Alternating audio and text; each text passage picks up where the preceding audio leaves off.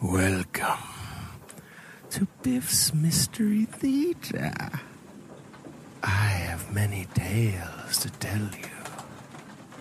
Ghost stories, murder stories, and tales that will make your bones chill.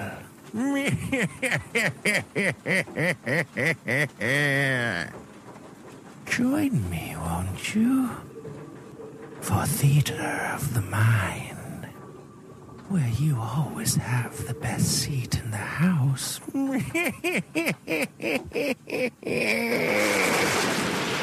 Now close your eyes and turn off the lights. Come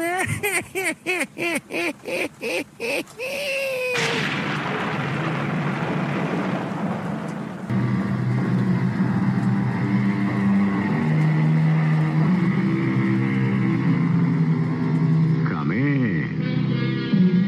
Welcome. I'm E.G. Marshall. Tell me the truth. Are you sensitive, impressionable, tender-hearted? Squeamish, maybe? Are your sensibilities easily offended? Are you fussy or persnickety? If you are all or any of these things, perhaps you had better not listen to what follows, for the tale we are going to tell you is aptly called a horror story. Take them back. Take back these slippers. You don't like them? They are bewitched. But they're so beautiful. They are cursed. They are the spawn of Satan. Take them back.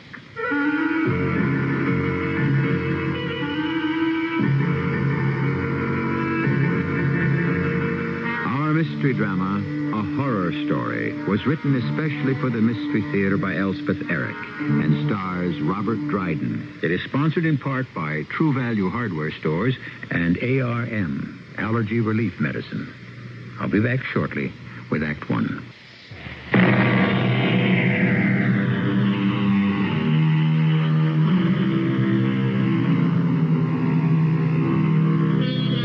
You have been warned. You're about to hear as dreadful a tale as has ever been told, appalling in its frightfulness. So pause a moment. Think hard whether you're able to endure it. If you have qualms about listening, turn to something sweet and soothing. But I urge you to gather your courage and listen. Nothing on the first floor, nothing on the second. Only the third floor remains to be explored. Why do I bother? Why do I persist? Well, if anyone cares, this place fascinates me. Has for 20 years. Ever since I first came to New Orleans in 1829 and saw a crowd of frightened people gathered outside this building on Common Street. By eavesdropping among them, I learned that they thought the place haunted by a collection of gruesome ghosts. Now, let's see what's in here. Oh, I declare, if the third floor yields no more than the other two, I say, what an exquisite fireplace. So delicate, pure Adam. As a world traveler, I've become something of a connoisseur. Still, Oh, what's this? Looks like a loose brick in the chimney breast. Oh, really, the town should take better care of... Let's see if I can pry it loose. Oh, yes, I can.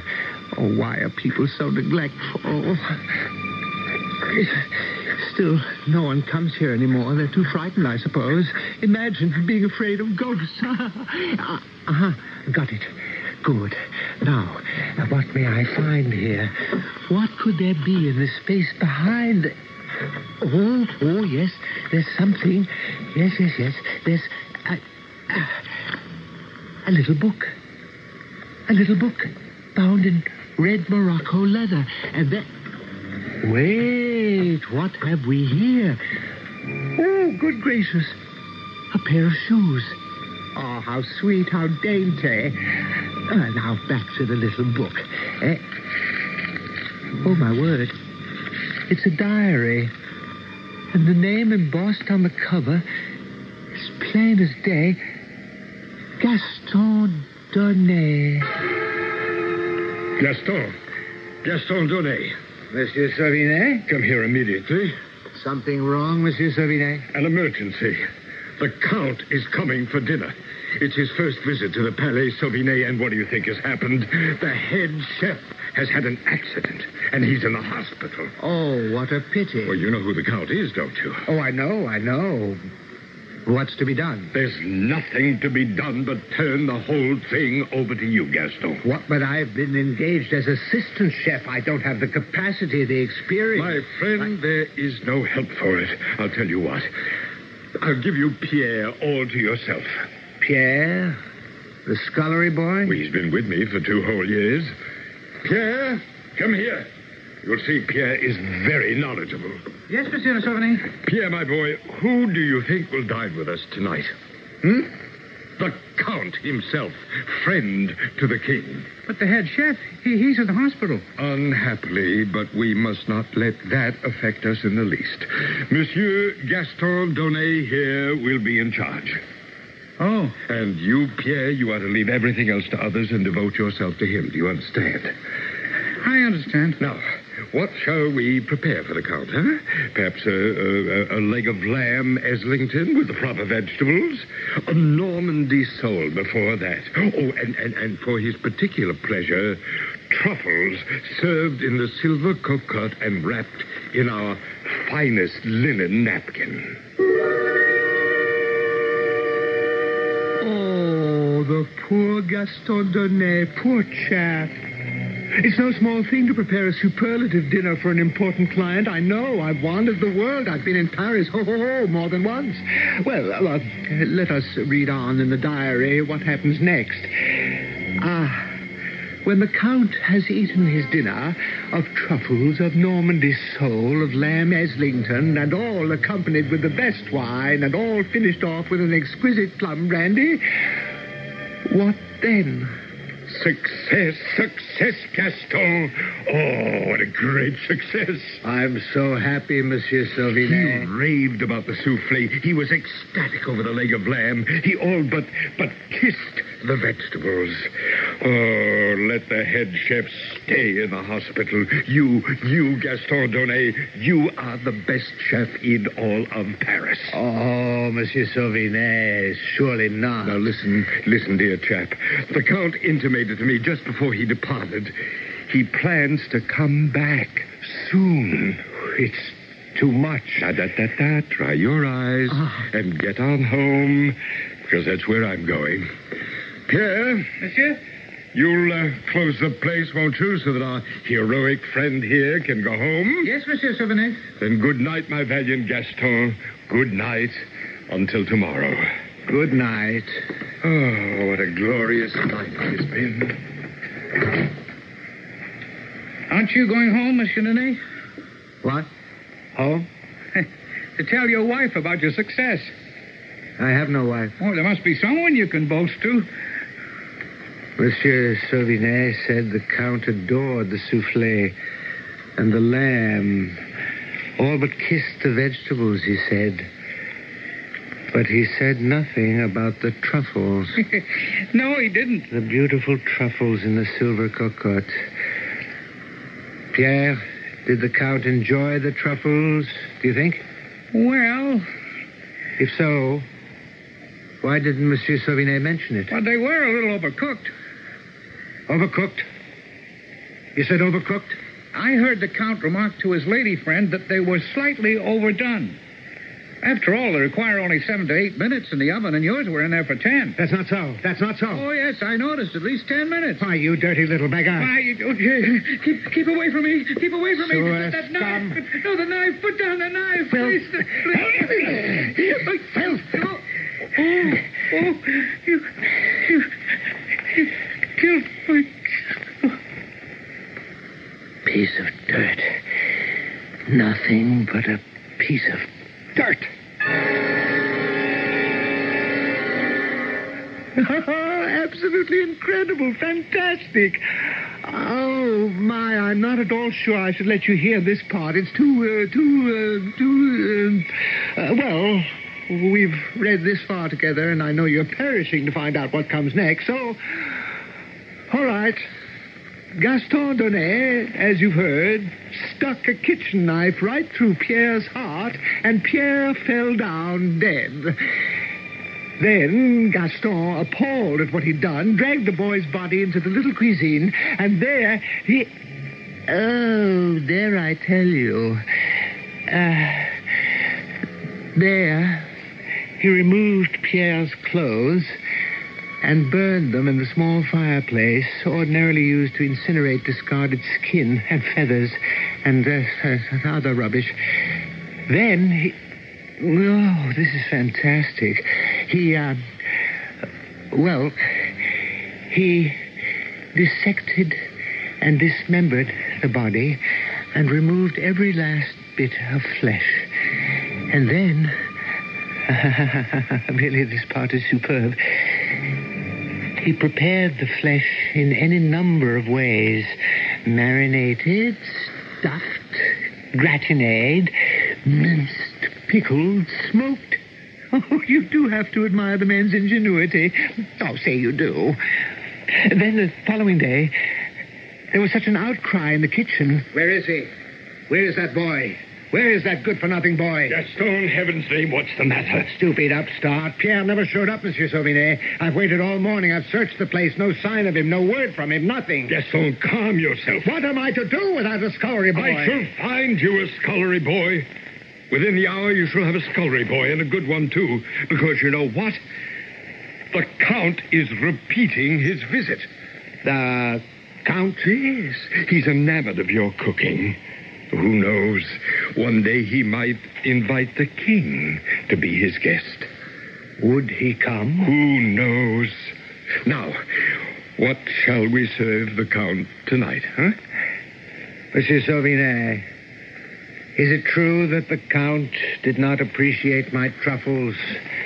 I heard something to the effect. Oh, that was nothing. A trifle overcooked, he said, but it was nothing. Now, for this evening, first, some scampi, perhaps? Leave the menu to me, monsieur. I shall prepare something incomparable, something new. You don't want to tell me what you have in mind. I want to work from my own inspiration, my own invention. I want it to be a surprise. Oh, I don't have to tell you, do I? That evening's repast was a mad success, a wild triumph, start to finish. Such fragrance, freshness, such combinations of flavors, 8 courses, and each one better than the last. The Count and his dinner guests agreed to a man that never in their gastronomic lives had they enjoyed such a repast, and they sent a great storm of compliments to the genius chef. Oh, isn't it marvelous? Isn't it divine? For, of course, you know what they had eaten with such gusto. Oh, my dear Gaston, let me kiss you, both cheeks. Oh, I kiss your hands. The Count and his friends enjoyed their dinner? Enjoyed. They were rapturous, Gaston. They were ecstatic. They were beside themselves. Ah, I'm so glad. And the new scullery boy, Francois, he served you well? Well enough.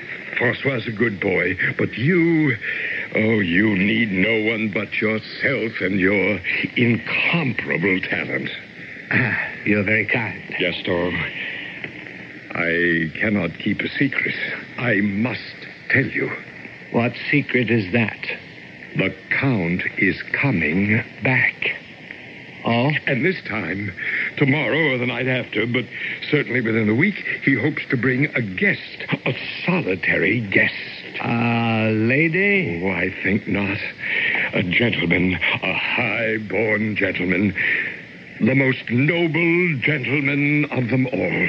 What you mean? A royal gentleman, Gaston. Him? Of course, he will come disguised. It wouldn't do. Oh, no, of course not. No. And the Count wants you to prepare for this noble, this royal gentleman the same dinner you prepared tonight. The same? The very same.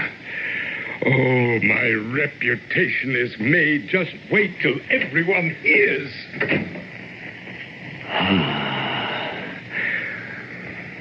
Francois? Francois? Come here, my boy. Oh, and bring the large mallet with you. The one we use to hammer out the scallops. Oh, yes, that's the one. Hand it over. Thank you, Francois. Now, turn around. No, face the other way. Yes, that's it. Now stand very still. I'm sorry, Francois. But what else could I do? It doesn't say in the diary if the Count's guest was actually the King himself, although it does say that both gentlemen enjoyed their dinner immensely and sent the most effusive compliments to the chef.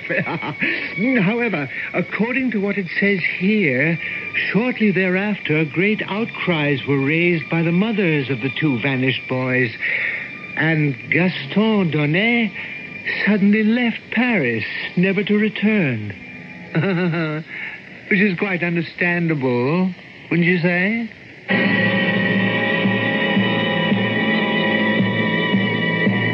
Ready to continue? Be very sure, won't you? Because there's more to come. And if your heart stops or your hair turns white, don't blame me. I warned you, didn't I? Yes, I did. I told you from the very beginning, this is a horror story.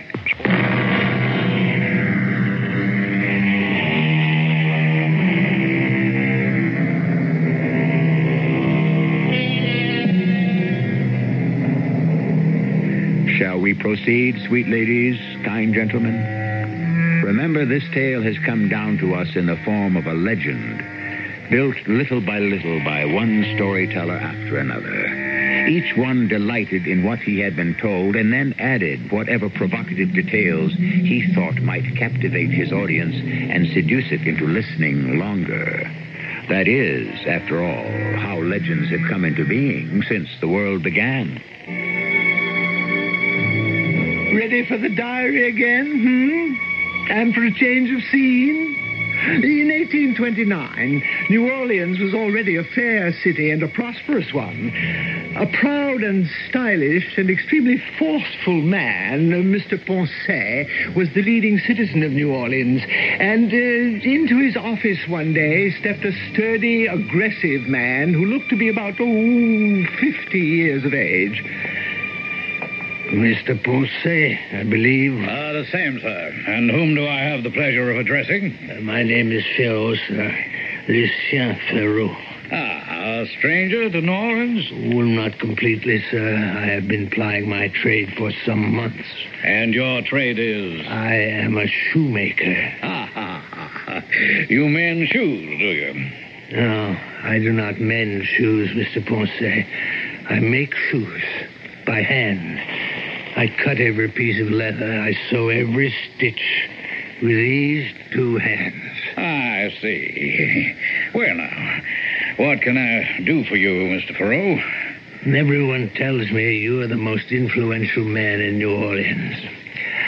I want to buy that building on Common Street. Which one do you have your eye on? The one with 3 stories, 6 chimneys.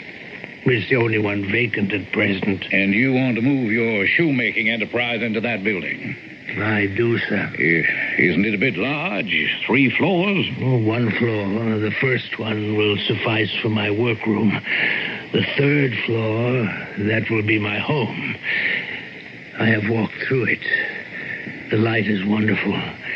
And the exquisite fireplaces in every room. But do you need so many rooms, a man living alone? But I shall not be living alone. I got married yesterday. Did you now? Well, that's splendid. Congratulations. As soon as Camille said yes, I made up my mind that the building on Common Street must be mine. You're married? Alas, I am a widower. But But my beloved wife blessed me with a daughter, my angelic Monique, who was more precious to me than all the world's treasure. Of course. How old is Monique? 17 in a few months. Soon she will make her debut. Oh, how splendid. It will be splendid, I promise you that, sir. I'm willing to spend half of all I've got to see that she's introduced to society in the grand style.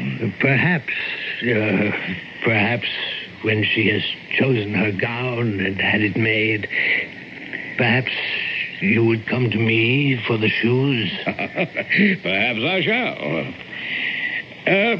By the way, Thoreau, what do you propose to do with the second floor?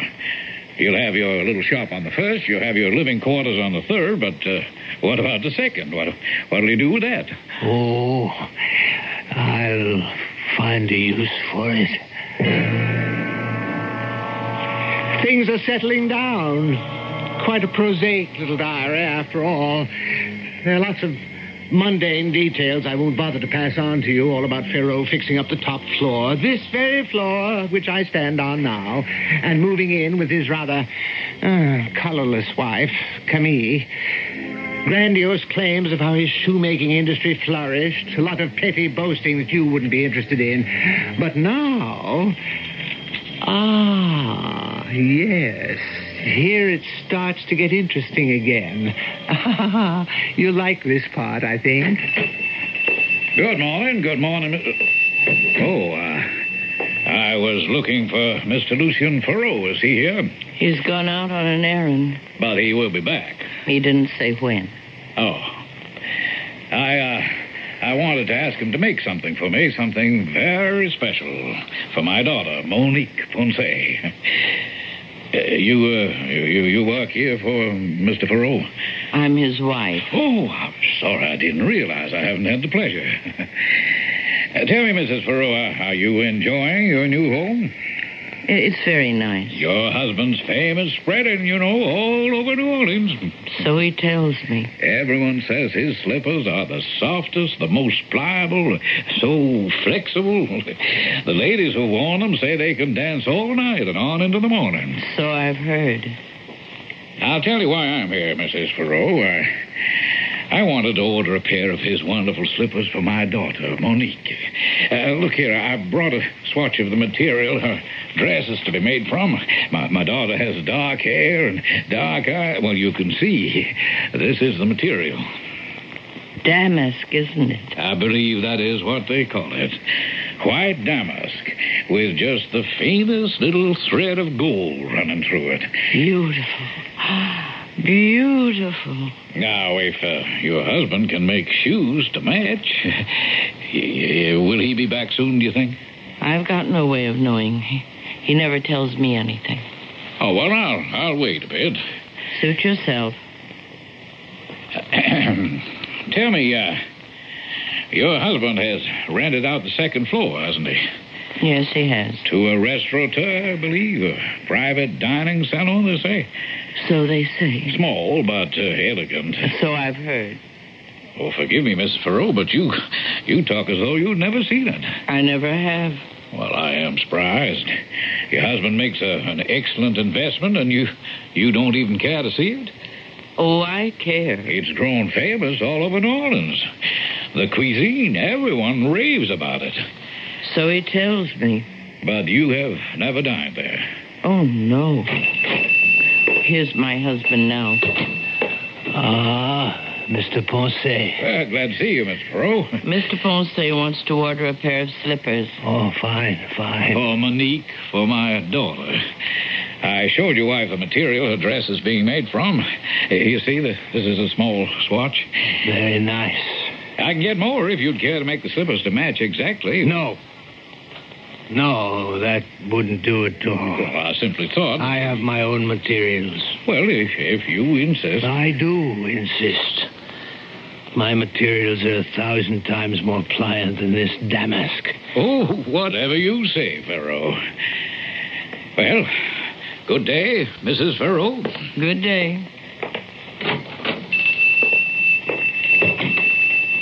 How long was he here? Only a few minutes, Lucien. That's all. We chose to wait for you. What did you two talk about? Oh, your success for the most part. He mentioned the restaurant on the second floor. He asked if I'd ever dined there. He asked you that? Of course, I said I hadn't.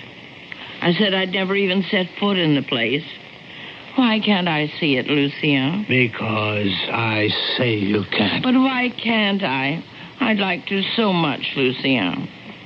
I've already told you why you can't. Because you say I can't. Precisely.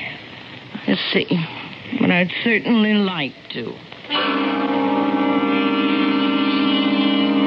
I hesitate to tell you what the next few pages of the diary hold. Oh, I don't think I can read on. Yet I must, if we're ever to finish this macabre tale. So I'll just tell you straight out.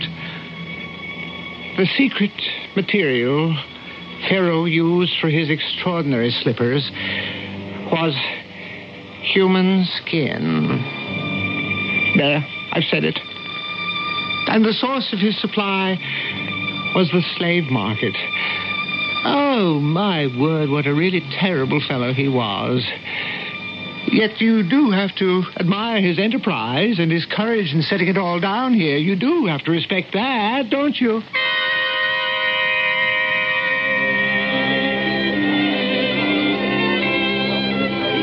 Yes, sir?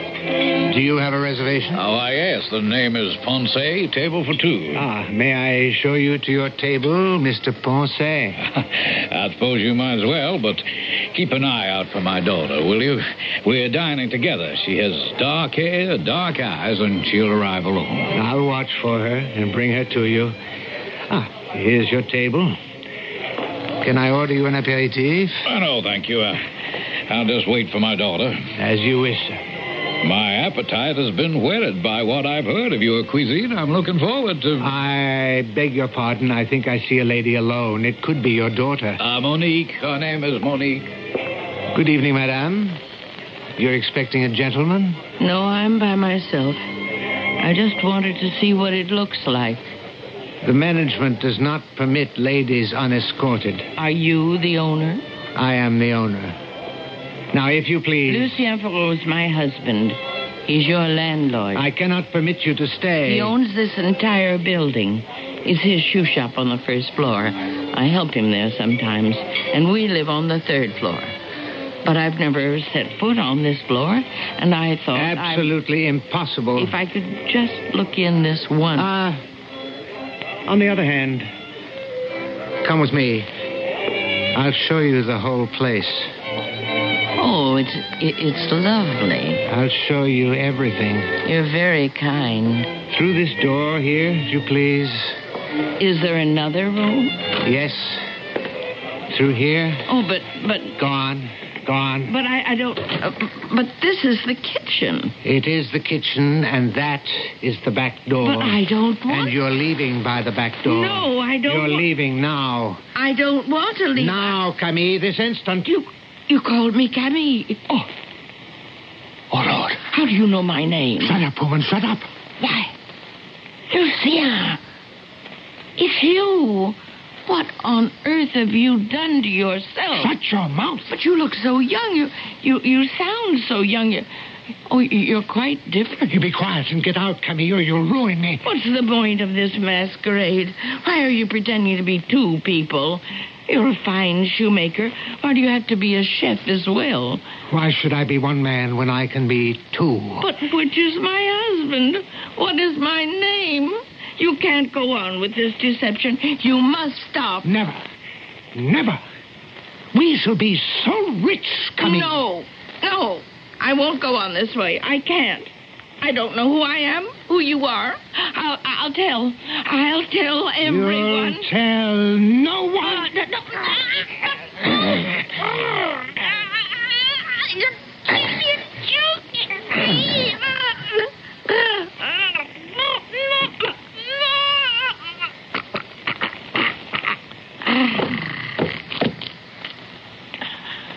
Oh, Camille.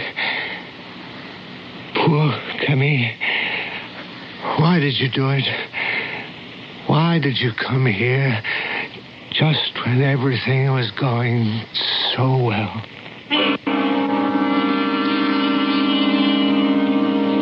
Poor Camille, indeed. For her desperately ambitious husband strangled her right there in his own kitchen. And then... Oh, merciful heavens, I hate to tell you what comes next. What it says here. As he looked around him, and the pots and the pans and all the accoutrements of his profession, the thought crossed his mind that... Oh, how can I say it? He thought to himself, what a fantastic dish I shall serve my customers tomorrow night. For my own part, I am perfectly content that such should be the case. I'll be back shortly with Act 3.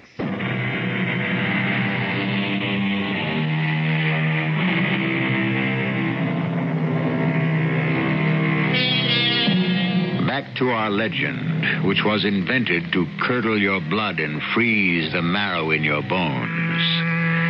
If it has not done so, then it has failed in its purpose. For to make you gasp, exclaim, to make the hairs on your body stand on end, why, that is the very proper purpose of a horror story.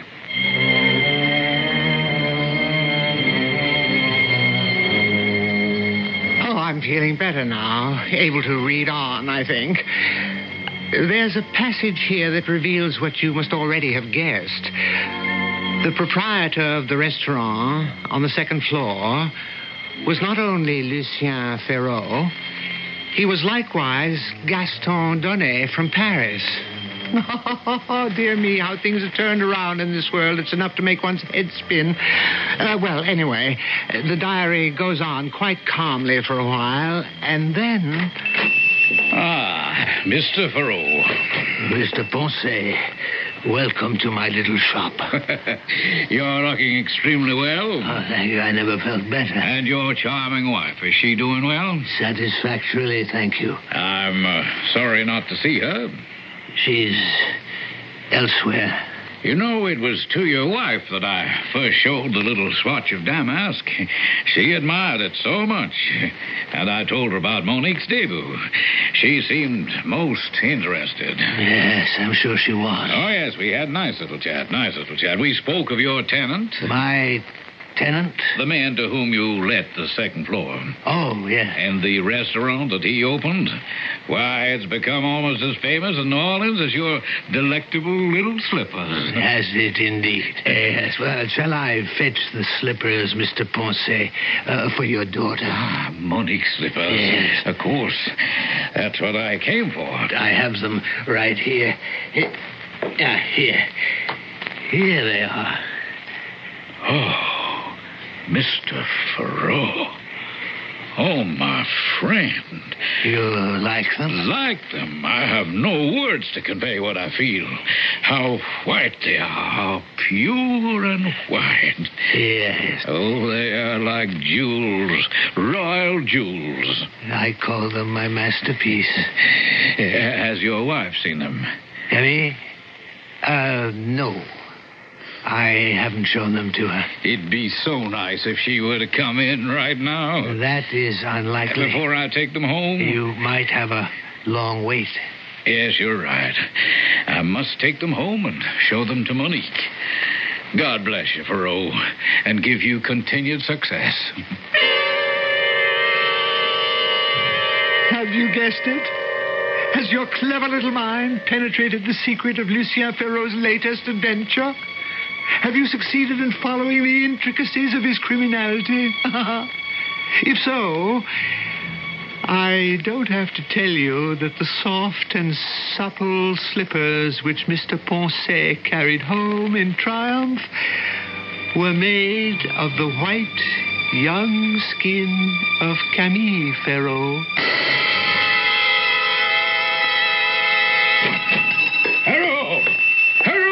Are you here? Where are you, you rogue? Come out here. Mrs. Perot, are you here? I must see your husband at once. It is imperative. Well, I must see someone. I must see someone now. You were looking for me? You villain, you monster. Something is wrong, sir? Fiend, a devil. I, Mr. Ponce, well, what... Or are you a sorcerer, a wizard? Mr. Ponce... Or do you have the evil eye? Confess, you barbarian. But what is it? What must I confess to? Oh, you know very well. No, I don't.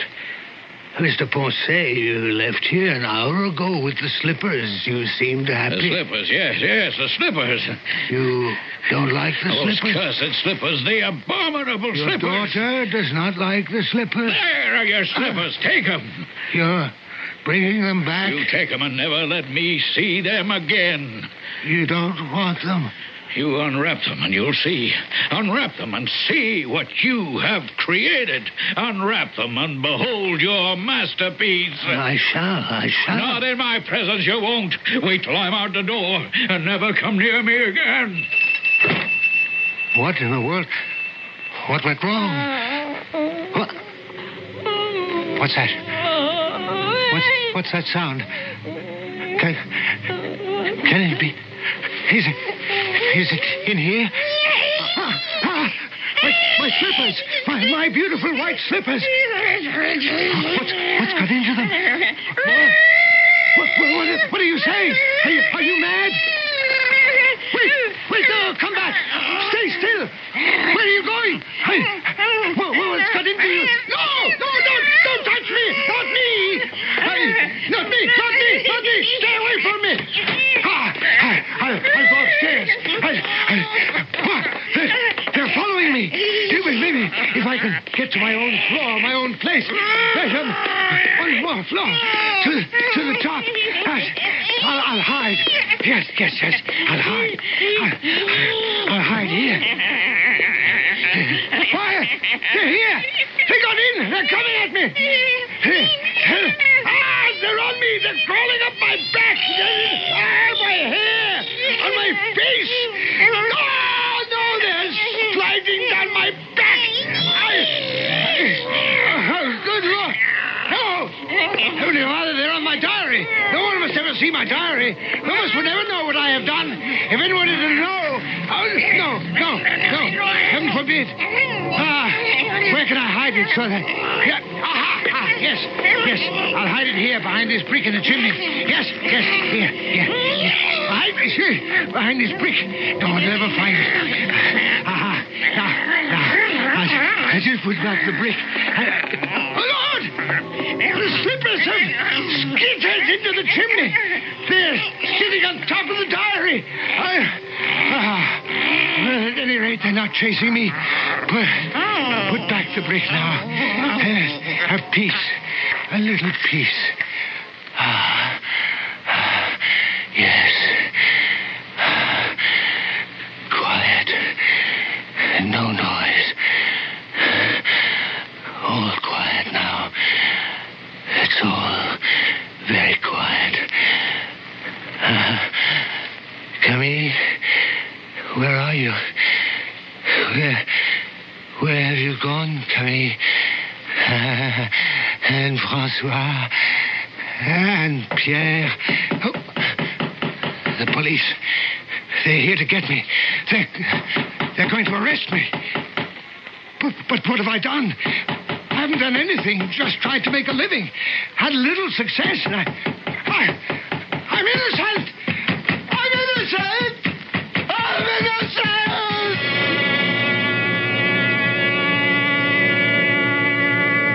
Dear friends and citizens, may I have your attention? I know you expect from me some explanation of what was found in the place on Common Street a few weeks back. The authorities have said that I might tell you all that is known, though how it all came about is a matter for conjecture. When the police broke in on the third floor of the Common Street building, they found... be brave, my friends. Be prepared for something horrendous. They found a dead man. They think they recognized him as the owner of the building, though, to be brutally honest, they could not be absolutely sure because the body, good people, had been skinned. Yes, my friends, they have concluded that this poor man went mad and flayed himself alive.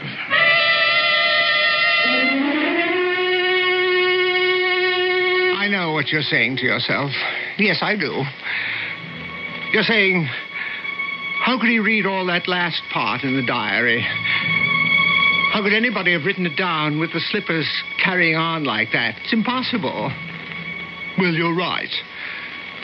The reason I know what happened is that I am Gaston Donnet, later Lucien Ferraud. That is to say, I am his astral, his etherical body, vulgarly called a ghost. So I know all about it. Oh, and that banging at the door that poor Donnet Ferraud thought was the police? No, not so. It was two ordinary men who knocked. One wanted to buy the restaurant for an astronomical sum. The other had come all the way from Paris. A certain wealthy count had died and left a quantity of money to Gaston Donnet in memory of a marvelous meal he had cooked for the count some years before. All that work for nothing.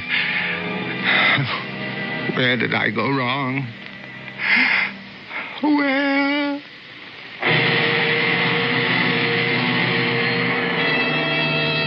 It seems clear that there was a place on Common Street in New Orleans 150 years ago, and a man certainly did rent it and opened a shoe shop on the first floor and rented out the second floor for a restaurant and lived with his wife on the third floor and later died. And no doubt there was something strange about the man. But those are all the verifiable facts we have. As for the rest, well, you know how people talk. And as they talk, legends are born. And legends grow. And legends never die. I'll be back shortly. Fellow Americans, if you're still shopping here and there and everywhere for shoes, hold it right where you are. Put your feet together, stop running around.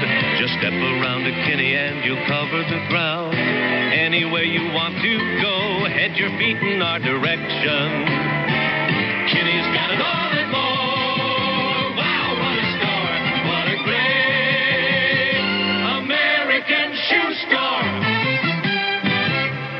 At the store, they told me there's a powerful anti-itch drug I can buy without a doctor's prescription. Now I use Bicozine cream as directed. No more burning, embarrassing itching. No more scratching. Bicozine actually speeds healing. Bicozine cream. What a relief. Time to change your laxative.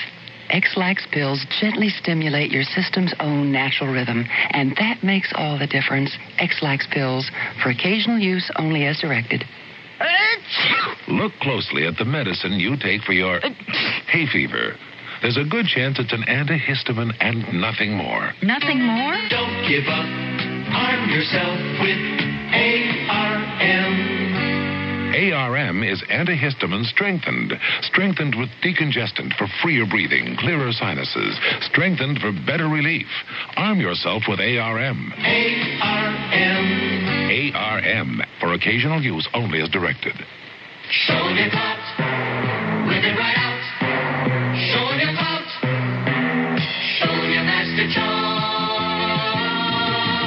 You're stranded. East of nowhere. Without a dime. What do you do? March into the bank. Show him your clout. Get cash on the spot. Cash emergency in 64,000 banks worldwide. They speak master charge. They understand clout. When you carry master charge, you carry clout. Show me clout.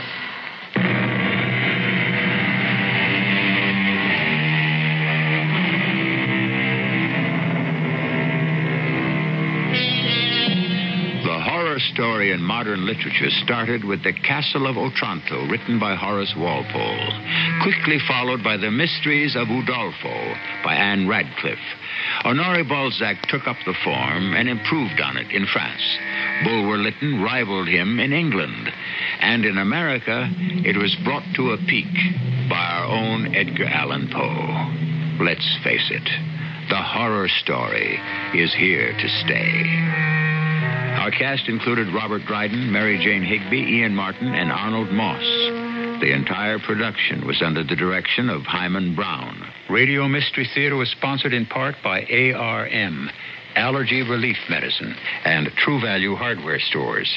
This is E.G. Marshall inviting you to return to our Mystery Theater for another adventure in the macabre. Until next time, pleasant dreams.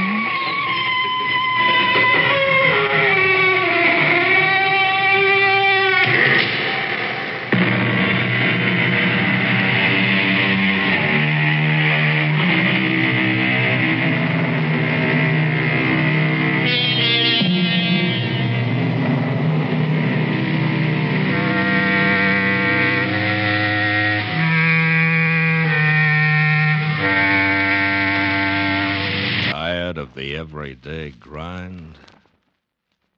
Ever dream of a life of romantic adventure?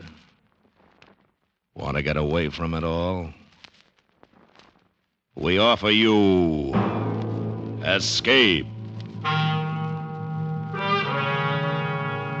Escape, designed to free you from the four walls of today for a half hour of high adventure.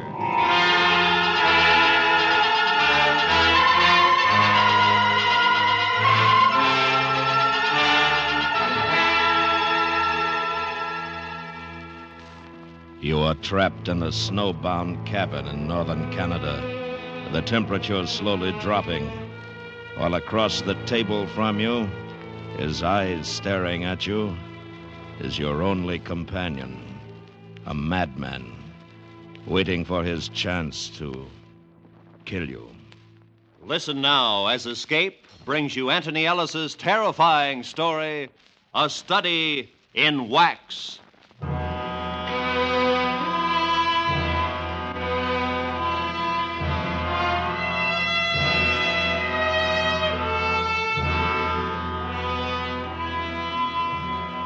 It was late October when the radio shack burned down. We never did decide whose fault it was. Maybe Cabell with his cigarettes, or maybe me. Anyway, I guess the whole thing began when we lost the phone transmitter and receiver. Cabell and I had been sent up to the Northwest Territory by the Canadian Geodetic Survey people. It was a long job, and the biggest part of it was the loneliness.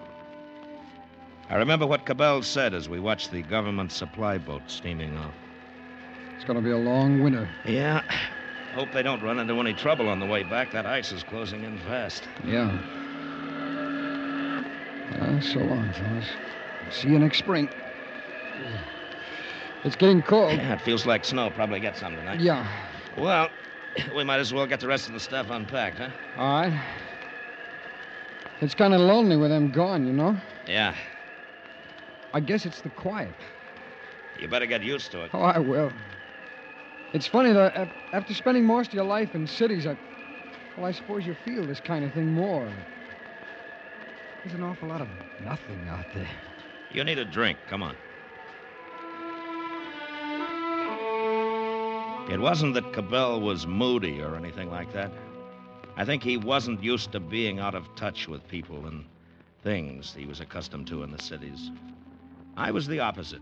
I kind of liked the loneliness. As a matter of fact, now that I think about it, we were a pretty strange couple to hit it off the way we did. And when you got 7 months to spend alone with another man, you got to be sure of each other. Now, we thought we were. Until after the radio was gone. That day it burned, we stood in the snow watching the embers glowing and wisps of smoke rising into the cold sky. Well, it's gone. Yeah, we still got the code sender, just in case. Yeah, I know, but I'm going to miss the programs and the music. I tell you, we could send a message to the base if you like. Ask him to fly out another Oh, receiver. no. You know old McLeod. He'd boil. Waste of money, probably take it out of our pay. No, we'll do without it. That's all right with me. You're a hardy soul. I don't think you'd mind if you had to stay here alone for 7 months, you know? Be dull. I wouldn't have anybody to beat at chess. Ha. Well, I think we better use the theodolites tomorrow. Get to work on that western section over the range. All right. Triangulation, huh? Oh, Jack. Yeah, what? If it was my cigarette that burned down the shack, I'm sorry. Forget it. May have done it myself. Forget it.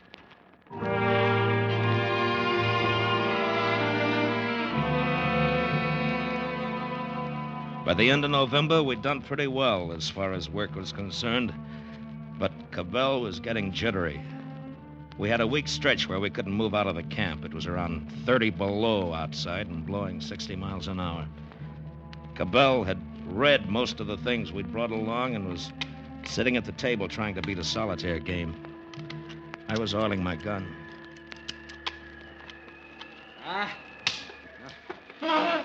Odds are against you every time. Oh, I know it. Oh, I wish this weather would ease off. It will. Hey, I got an idea. What? What do you say we open our Christmas presents tonight? Our Christmas? Yeah. It's November. I know, but I'll bet there'll be some books. I told my folks to pack some books. Yeah, well, what'll you do when you finish? I don't know, but I've got to do something.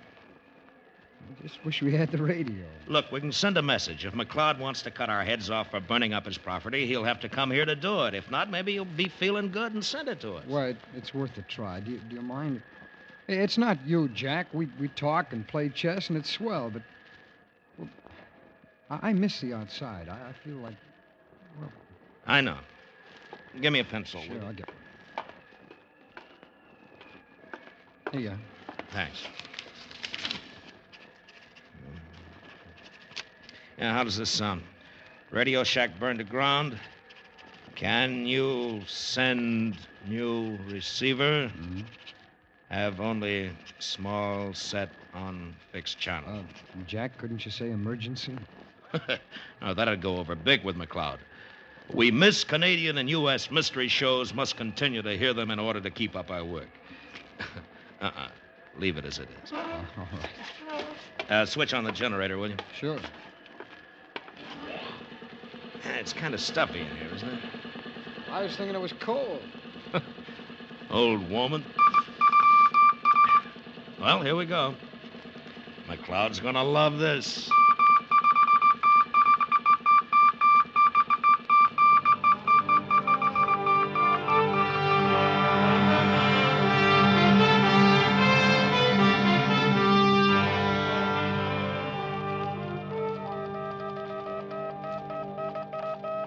The reply from McLeod came back the following day. It was long, involved, and said what could have been said in one word. No. Our chief was a very careful man and believed in others following his example. Therefore, if our radio was gone, it was our fault, and the next time we should be more careful. And that was that. The weather let up a bit, and we got some work done. It was still terribly cold, but it didn't bother us now that the wind was gone. I noticed that Cabell was much quieter after our request for the radio had been turned on. I began to get a feeling as though he blamed me for it. So, a week before Christmas, we'd just finished supper, and I said, Larry, about those Christmas presents. What about them? What do you say we open them, huh? Well, I thought you didn't want to until Christmas. Well, I changed my mind. No? What's the matter? You trying to be nice to me? I can take this as well as you can, you know. I don't need you feeling sorry for me. Oh, I'm not sorry. I don't give a good stink one way or the other. I'm just saying if you want to open the packages now, it's all right with me. They're yours. It's not my business. Now, forget it. Do what you want. Oh, wait a minute. Will you open yours? Sure.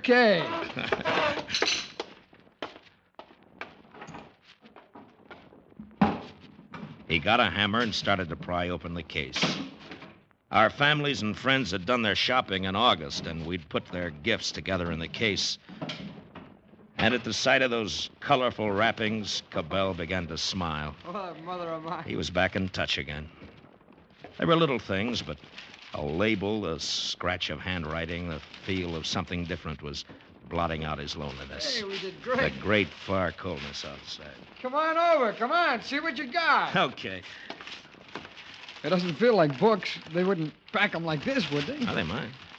This is from my sister. You met her, Jack. Nancy, the one in Winnipeg? Oh, Nancy. Oh, yeah, sure. Hey, look. What? Look at that. Look what we got. It's a phonograph. A phonograph? Yeah, there must be some records in here. Jack, wind it up, will you? Oh, yeah. This is great. There's a big stack up in here. There must be... Oh, of all the lousy, crummy luck. What? What's the matter? They're broken. Oh, that's a shame. Broken. All of them? Well, there's... Wait a minute. There's 2 of them that's okay. Well, that's good. It's great. Listen to this, will you? What? Bugle calls of His Majesty's Army. What? I mean it. Look. It belonged to my father. I remember him playing it when I was a kid. Well, what's the other one? Let's see.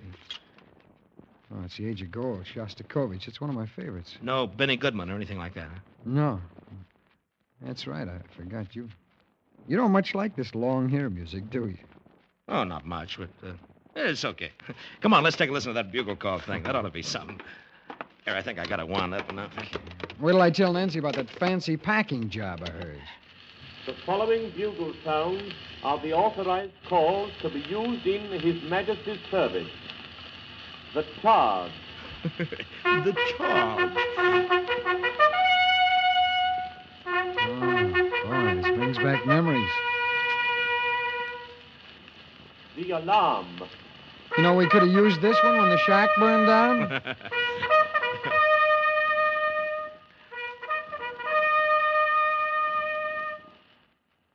Officer's call. Oh, on this one, everybody comes. No, it's the next one. Yeah, We got a lot of laughs out of that old record. Played it a couple of times and had a couple of drinks. And I tell you, that phonograph, even with only 2 records, it made a lot of difference to us. The strain seemed to be gone. And then Cabell put on his Shostakovich and got lost in it. To me, it wasn't much. It was all cluttered up with a lot of noise that hurt your ears. He must have played it a half a dozen times while we unwrapped the rest of the things. There were a lot of books and magazines, and that was real good. I figured we could stretch him out for at least 3 months, which would take us into March. But by the next day, the weather turned bad. A blizzard came down. We stayed inside until the day after Christmas. And Cabell, he was like a kid. He smoked cigars, drank brandy, listened to his record, and read. And in 10 days, he'd read every single thing. And then he had nothing to do but listen to his record.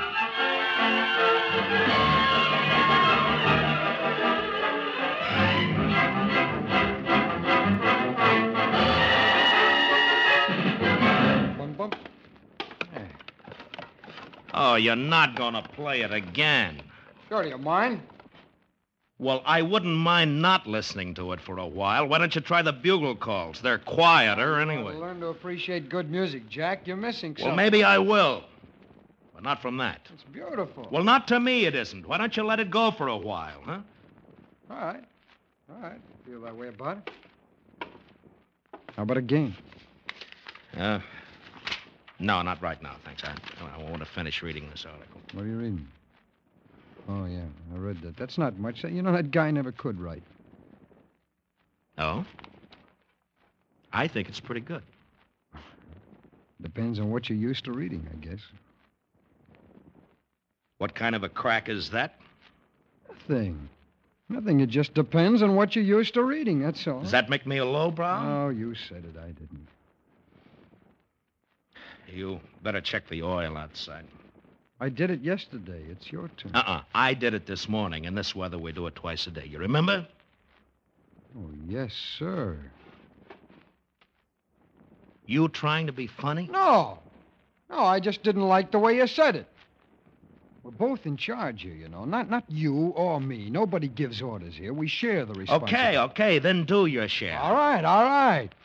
I'm going out to check the oil, and not because you say to do it, you know, but because I want to. Well, good for you!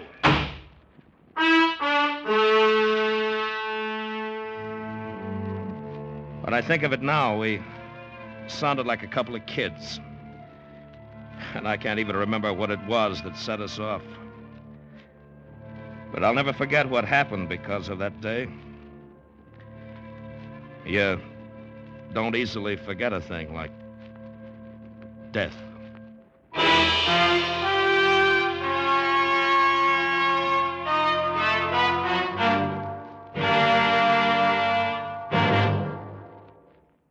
We will return to Escape in just a moment, but first...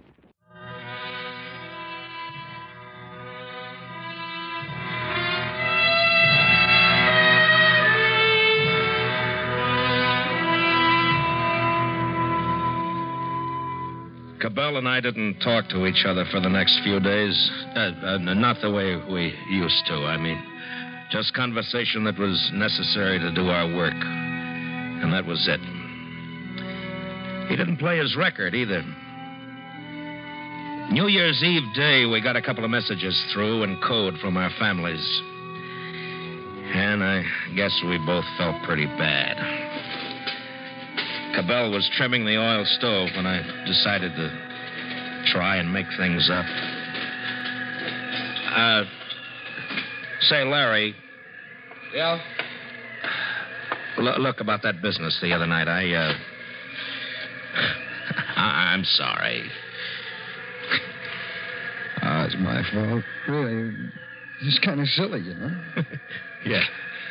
You know, it's probably just as well that we had the bust up then. There's still 3 months to go before that ship comes back. Yeah, I know. And thanks for not playing that record. It's okay. Oh, I wish that wind would stop. It gets on my nerves. You know something? I got something that's good for that. What? What do you got there? Something to toast the new year. Champagne? Yeah. And 2 bottles. Oh, what an idea. Oh, Jack, this is wonderful. We'll stick them outside for a couple of minutes and cool them off. Well, here, let me have them. I'll do it. Okay. Oh, the wind will cut you in 2. Oh, that's cold. You want to know something? What? The best thing for you and me to do tonight is to get roaring, stinking drunk. Champagne with brandy chasers. Right. Happy New Year, Larry. Same to you, Jack. And we got drunk. We got red-eyed drunk. And we talked about women and ourselves and our dreams. And it was sloppy and it was great. The kind of a haze you get when it doesn't matter and you're feeling good about everything. And it was fine. Until Cabell decided it was time to hear some music. I didn't mean to. Jack, I want you to really listen to this. Now, I mean, really listen. This Shostakovich, he makes them all look sick with this thing. Now, I want you to really listen. I know. I don't want to hear that thing. Don't. No, I don't want to hear give it. A chance. Just listen. But I don't like it, Larry. Well, now, listen. Yeah. I'm going to explain it. Listen to what he does with the rhythm. That's great music, friend. That's really great. That's not music. It's a lot of noise. It's a noise. Jack, shut up, will you? You're not listening. Don't tell me to shut up. You know, you just don't understand good music. That's the matter with you. I understand it. I don't want to listen to it. Well, I want to hear it. Now, Jack, don't take that off.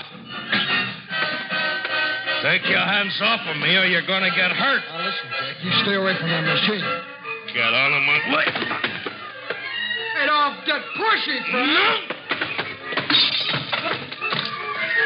I'm going to kick your brains out for that. I'm sick of you and your filthy music and everything. Don't touch that record!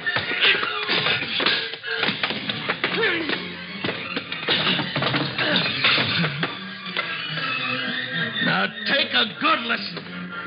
Because you're not going to hear it anymore, this thing. Not as long as I'm here.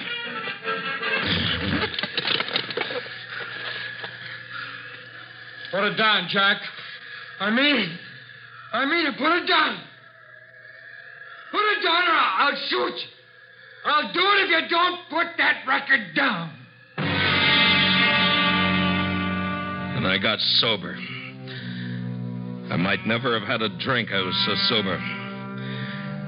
Cabell had reached up for one of the holsters that hung near the door. And he wobbled to his feet. The gun held tightly in his hand. And there was blood running out of his mouth and down his chin. And I just stood there. And I put the record down on the turntable. You were going to break it, weren't you? Weren't you? Yeah. I knew you were. I know because it gives me pleasure to listen to it, and you don't like that. Well, listen, I want to listen to it, and you don't, so you get outside. Oh, Larry, you... Go on! I'll kill you if you don't. Now get outside. Larry, you're crazy. It's 40 below out there. I'll freeze. That'll do you real good. Now, you go on, Jack. You get outside. All right, but let me get my things. No! Larry, listen to me. You're drunk. You don't know what you're doing. You open that door. Open it! Now go on out!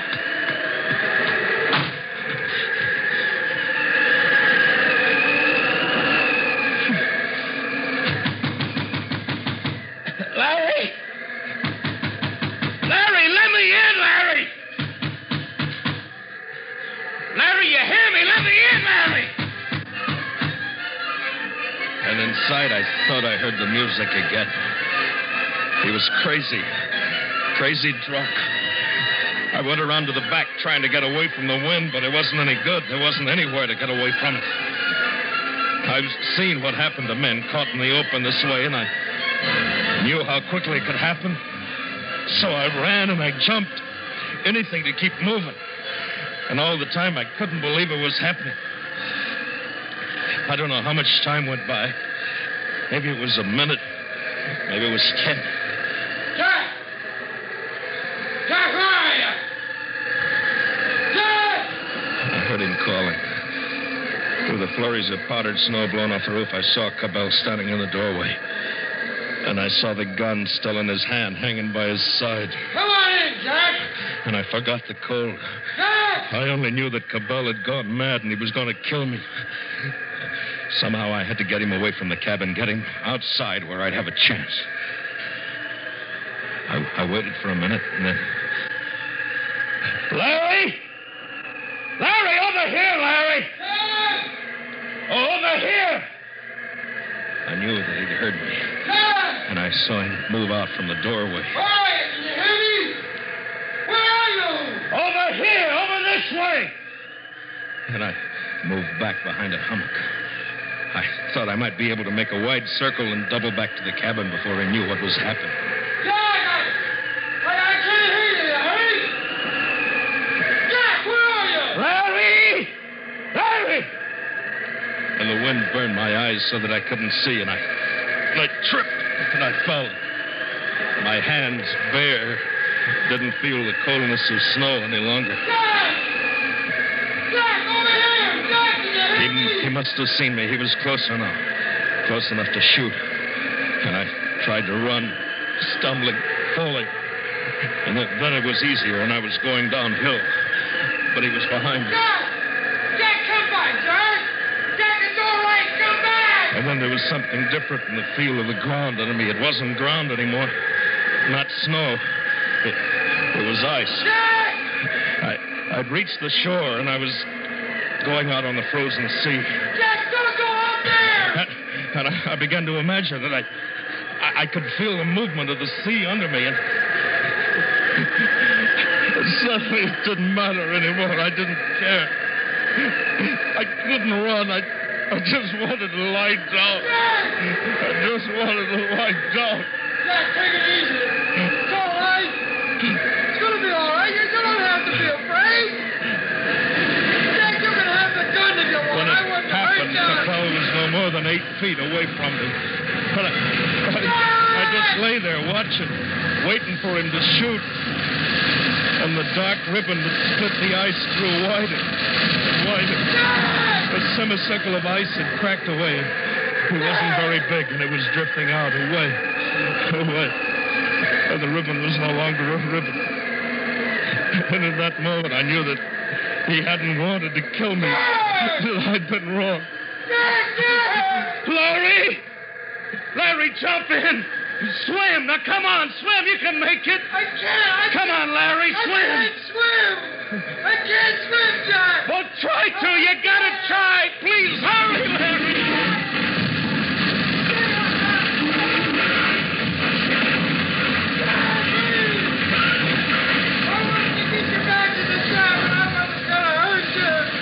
He moved away faster after that.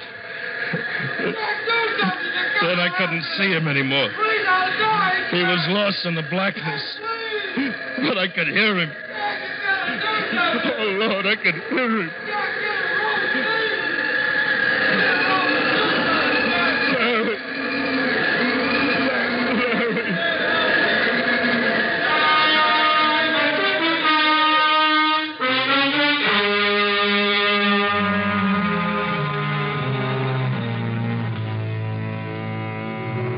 Somehow, I got back to the cabin. And I remember getting the transmitter switched on, sending the message through. Then I got a flashlight and my furs on. I don't know how long I was down there on the ice, shouting, looking. But I knew he was gone. I'd never see him again. And in the gray morning, the planes came. And for 2 days they searched until the weather forced them back. And that was all. They flew me back to the hospital. Maybe I'll lose my hands, maybe not. Not sure yet. Well, it doesn't matter anyway.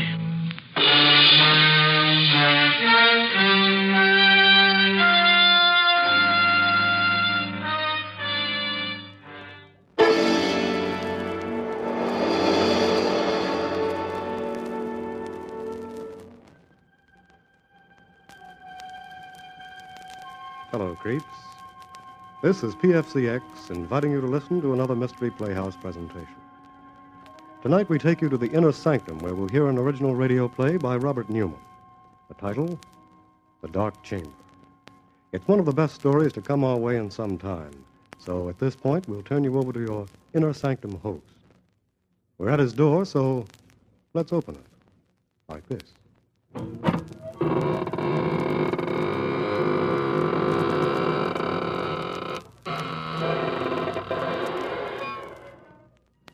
Good evening, friends of the Inner Sanctum. This is your host to welcome you through the squeaking door. Draw up a tombstone and sit down. Our story tonight is about death, violent death, and also about something which is even more terrifying, the unknown. You don't believe that anything can be more frightening than death? Then you've never experienced the ultimate in fear. But you will within the next few minutes. If you'll put out the lights, pull your chair up close, and listen to The Dark Chamber.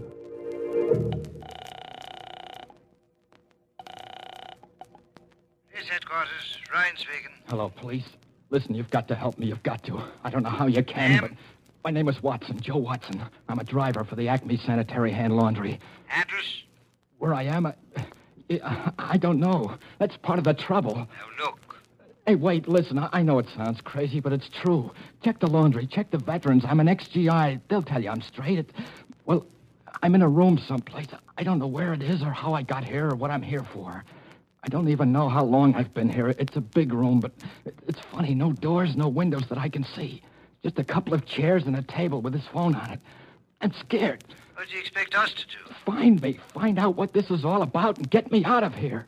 I don't know. Oh, listen, this isn't a gag. Can't you tell? You don't know what it's like just sitting here waiting, not knowing where or why or what's going to happen. Can't you trace this call or something? Well, okay. Hang on. Oh, thank heaven. I was afraid. Listen, I hear something. Someone's coming. I better hang up. I'll call you back later if I can. How do you do? Who are you? My name's Helming. Dr. John Helming. And your name? I don't have to tell you anything. That's very true.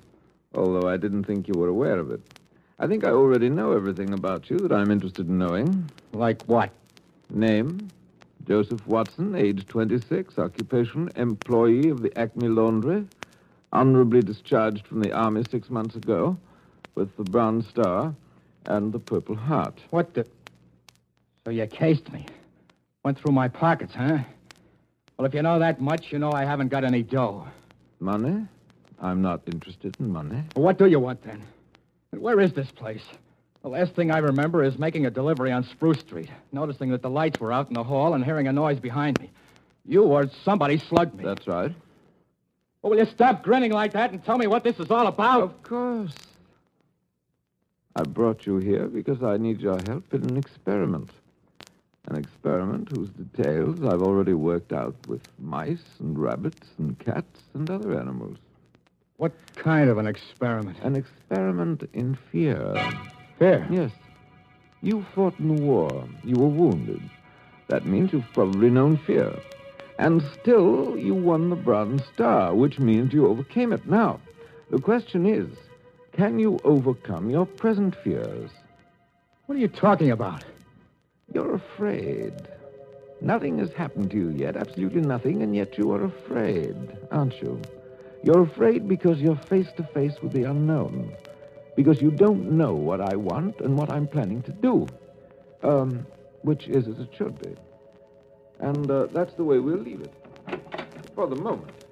Hey, wait a minute. Come back here. Come back. You can't...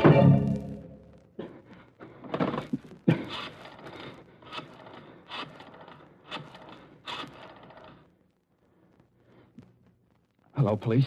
This is Joe Watson again. Listen, I got a little more dope. I don't know if it'll help, but there was a guy in here just now. Said his name was Helming, John Helming. That's probably a phony. He's about 50, tall, over 6 foot, white hair and gray eyes. No, I still don't know what it's all about or what he's after, but have you been able to trace this number yet? Well, how long will it take? Okay, I'll hang on, but... What? The lights just went out.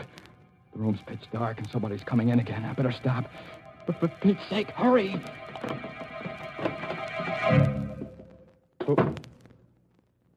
Who's that? Who just came in? Who are you? A girl. Keep away from me. Keep away, do you hear? Keep away. What's the angle now? Angle? Why did you bring me here? Wait a minute. You mean he put the snatch on you, too? When I was on my way home, chloroform or something. And the next thing I knew... Why are you pretending? You're in on it, too. You must be. It's a trap. It's a trap, all right. But I'm not in on it. I'm in it, along with you. My name is Watson. Joe Watson. I'm Betty Grant. You swear? I swear. What would I lie about it for? I wonder why he put you in here. Put us together. Who is he? What's he going to do? I don't know. He said something about an experiment. An experiment in fear, but... Hey, listen, we've got to get out of here somehow, some way. He might be listening. Very astute, my dear. Of course I'm listening. What the... Where are you? Right here in the dark. I've been here all the time. Why, you... No, Joe, don't. He must want you to go for him. He's probably got a gun. Right again, my dear. Not that I'll need it. This is stage 2 of the experiment. A new stimulus to action has been introduced. Man against the unknown has become man and woman against the unknown. Look, let's get down to brass tacks. Be sensible about this. Thank you, Joe. That's why I won't need my gun. This new stimulus has been negated by an increased sense of responsibility. Responsibility towards the girl, and therefore by increased fear. Blast you, gun or no gun, if I get my hands on you, where are you? Where are you? Outside now, so you can relax. That was the final stimulus in this stage. Injured pride. The discovery that I could read your innermost thoughts and knew exactly what you were going to do. But you mustn't let that bother you. I already know everything you're going to do from now on. Till the end. Listen, you! Helming! Helming! He's gone. Joe. I know. Hold on, baby. Don't let it get you. There must be a way, some way. I suppose he's still listening? Hard to say. But I'm going to take a chance. There's one thing he didn't figure on. A telephone. Here? Yes. If I can find it again in the dark. It was over on the... Here it is. I put through 2 calls already to the police. Told them what was happening and asked them to get me out of here. I had to hang up both times before they could trace the call and get this number, but this time... Hello. Hello, operator. What? No, this isn't the operator. You're on a busy wire. It doesn't matter. Thank heaven I got somebody. I've been trying for about 10 minutes now. Look, get off the line, will you? I've got to get through to the police. It's terribly important. But you've got to help me. You've got to. My name's Ben Lazarian. I'm a prisoner someplace. I don't know where. What? It's true. Strange house somewhere. A doctor who says his name is Helming. What? What are you laughing at? Joe, what is it? What is it? I haven't got headquarters. I've got a guy that... I'm sorry, Ben. It's no use. What do you mean? We're in the same boat you are. A girl named Betty Grant and myself. Helming's got us locked up, too. You too? Yeah. He said he knew everything we were thinking, everything we were going to do. I did get through to the police before, but I guess he caught wise. We're talking to each other over an inside line. Ben? Yeah. We're through. No. Joe, don't say that. Don't even think it. Look, ask him exactly where he is. Just where are you, Ben?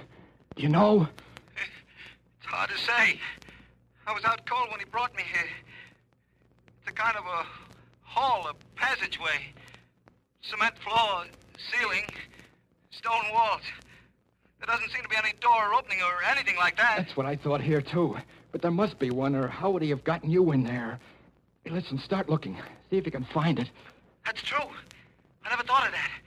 If I do find the door and it opens into where you are... That's right. 3 of us together. We'll surely be able to figure something out then. Hold on. I'll start pounding on the walls. You see if you hear anything. Go ahead. What's he doing? He's going to knock on the walls to see if he's anywhere near us. And if he is, if he can find a door, we can get together. Hear anything? I'm not sure. Maybe. I'm not sure either. Sounds awful far away, is it? There, listen. That wall right there. Hello. Hello, Ben. Yes? We heard you. You're right next to us. Now, Ben, you listen, and Betty'll knock back. Go ahead, Betty. That way, Ben, you'll be able to tell just which wall it is. Okay. Right. I hear it. I know where it is. Now to find the door, if there is one. Hold on. He's got it. He's going to see if there's a door. There must be one. There must be. Ben. And Ben. Ben. Hello. what is it? I don't know. Thought I heard a moan. Joe! Look. There is a door. It's opening. It's open.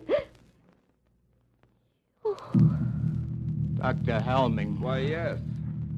Were you expecting someone?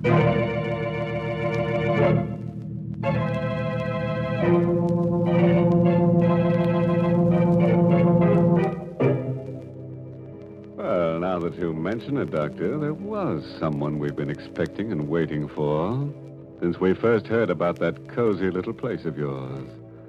I think he's finally arrived. He's a tall, rather striking gentleman with a skull for a face, and his name is Death. So let's see what's happening in the dark chamber. It's just a moment later now. Standing in the darkness of the strange room, Joe and Betty stare at the tall figure of Dr. Helming, silhouetted against the dim light from outside. I asked you whether you were expecting someone. Then it was just a trick. It was you on the phone all the time. Now, don't you think I'd know his voice? Where is he? Our friend, Mr. Lazare, right outside. What did you do to him? Answer me. What did you do to him? Don't you know? Sure I know. You killed him. Did you kill him? Quite a state you've gotten yourself into. Why? Is it because you finally tried to do something about your predicament and failed? Or is it because you weren't sure whether I would kill or not, and because you still don't know? You're mad.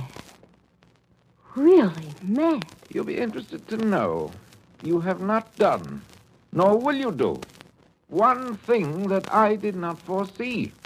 Every move you made, every emotion you felt, was charted, outlined, and... What's that? That, I think, is probably the police. The police? Yes. I know that you're very anxious to talk to them, and I'll see that you get a chance to. Soon.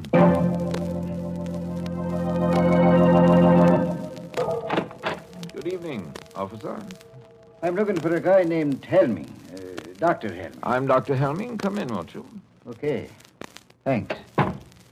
This is kind of a funny business. It's about a phone call we got a while ago, finally traced here. A guy who said he was a prisoner or something. That must have been Watson. Yeah, that's his name. Joe Watson. You know him? Of course. I can't tell you how sorry I am. It was really very careless of me, and I'll see that it doesn't happen again. What do you mean? If you did any investigating, which I'm sure you did, then you know that I don't run a sanitarium exactly, but I do take a few patients. Mental cases for treatment. Ah, so that's it. A nut, eh? I wish you wouldn't say that. Watson's case is particularly interesting. A 4F who wasn't able to enlist, and he developed a persecution mania. Thinks that everyone is down on him, eh? Not everyone, exactly. His present fantasy is that he's an ex-GI and that I'm keeping him prisoner. Sure sounds plenty tough. Well, I guess I'll run along. I'm sorry I bothered you. Don't you want to see them first, officer? Talk to them? There's no need of that, Doctor. We get calls from cranks every day. We always investigate a cause. But I insist. After all, you only have my word for it. There's just one thing I'd like to caution you about. Sure, I know. I'll play along. Humor them. Splendid. Right in here. Quite a room. Joe! Look! It's a cop, and that means that you did get my message. Sure, Joe. Took a little time to trace the call, but everything's okay. Oh, thank heaven. It was such a screwy story, I was afraid that... Hey, wait a minute. Then why is he standing there like that? Why haven't you got the bracelets on him? After Helming? No need for any rough stuff. He said he'd come along quietly. What? You're lying. I don't know why, but there's something wrong here. Something... I know. You think we made the whole thing up. That we're crazy. No. It's true. He told you we were, and you believed him. Of course not. Look, I'm... Stop it, will you? Stop saying that. Oh, if I could only prove it somehow. Show you. I know. Lazari. Joe. Murder. That'll open your eyes. Somewhere in that wall is a door. Make him open it. Show you what's behind it. I think maybe I'd better be going, Doc. But there is a door there, officer. Just a second. I'll open it for you. Here we are. Oh. Body. It's gone. These doctors are always hiding the bodies. It turns up again later. Give us another ring, huh? Maybe I shouldn't have said that. Can I go out this way, Doc? Down to the end of the corridor, then to your right. I'm sorry I gave you all this trouble. Perfectly all right. Thank you for being so understanding. Quite all right. Goodbye. Goodbye, Doc. Well, children? Don't look that way, Joe. Don't. I know what you're thinking, and it's not true. We're not crazy. There was a body there. Of course. You hid it when you went out to let the cop in. And the telephone. You left that here purposely. Wanted me to use it. Get the police here. Obviously. I told you that this was to be an experiment in fear. What I didn't tell you was that, in a sense, I was one of the subjects, too. It was important for me to learn how I would function under pressure. And speaking objectively, I think I did rather well. Don't you? Why are you doing all this? What are you after? There's no reason why I shouldn't tell you. If anyone truly understands the nature of fear, is able accurately to forecast the actions and reactions of an individual, then he can use fear as a weapon. Society will react as the individual reacts. You see, society doesn't want to believe that anything can menace it. Doesn't want to take action to protect itself, any more than the individual does. This was something that Hitler and Mussolini understood intuitively. I understand it scientifically. They failed, but I shall succeed. You mean that you... I'm afraid that's all I have time for. As far as you two are concerned, the experiment is finished. Completely finished. I have a few arrangements to take care of, and then, well, make the best of these last few minutes, for they will be your last.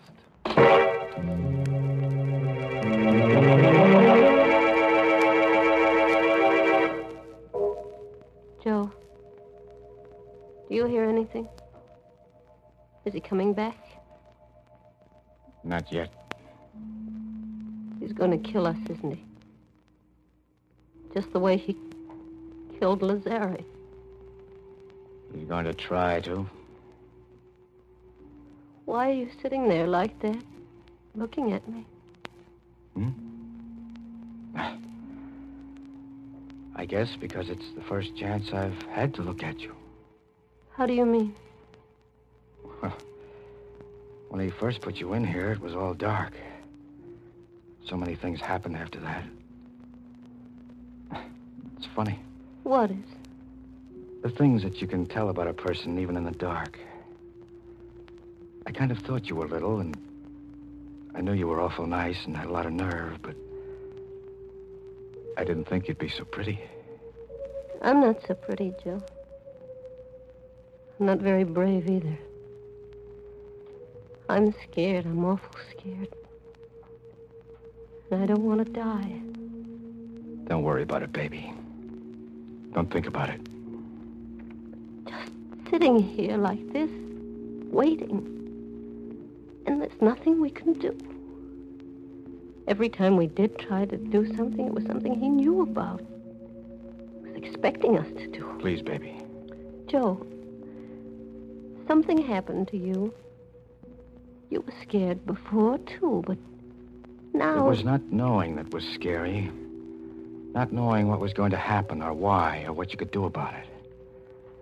But once you do know, once you make up your mind, then you've got to forget about it.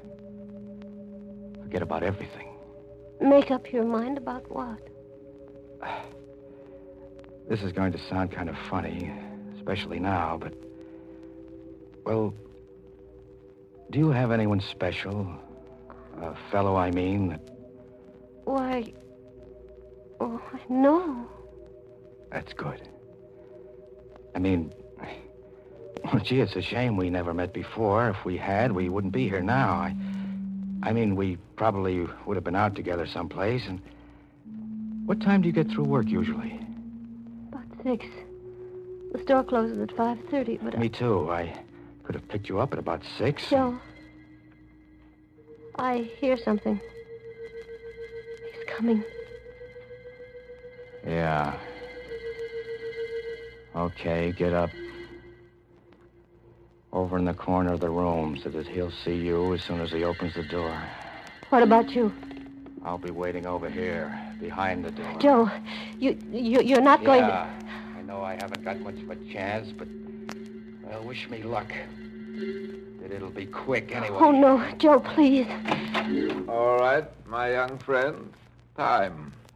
All my arrangements have been completed, and I'm... Where's Watson? Right here. It's okay, baby. Didn't get me. I had the barrel of the gun and... Good Lord. Got him. In the chest. But you couldn't have done that. You couldn't have. Outside, Betty. See if you can find another phone. Call the police again. And this time, tell them to bring an ambulance. But you couldn't have done it. It was all plotted, graphed, and worked out in detail. I knew just what you were going to do, how you would react. By this time, you were to be in a state of complete frustration, resigned, ready to die. Why did you do it? Why? I don't know. Now just take it But easy. I've got to know. You've got to tell me. Was it because of the girl? Out of desperation? Because you knew you were going to die anyway? I tell you, I don't know. I just know that... Well, a guy will take just so much pushing around.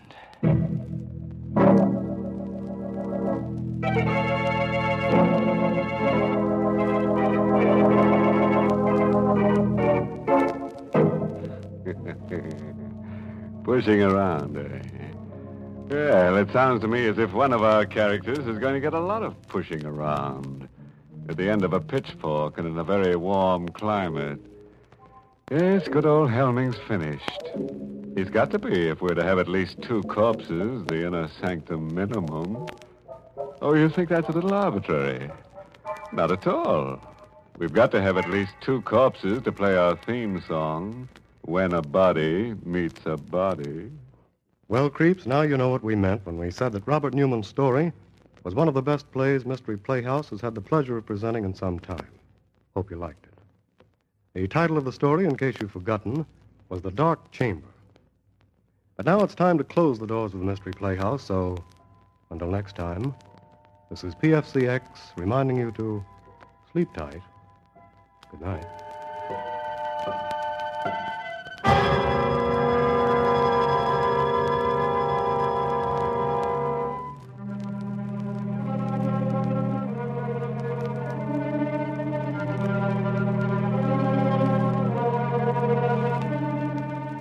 This is the Armed Forces Radio Service.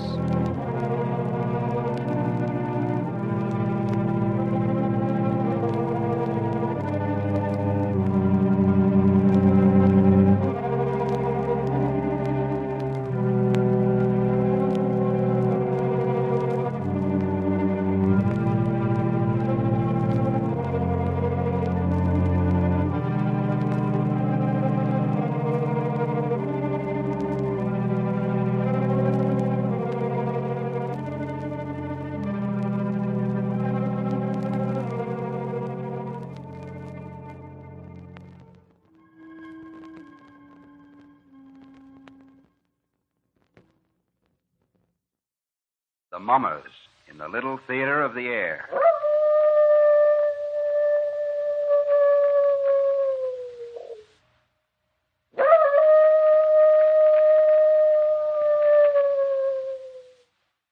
Now, the Hermit.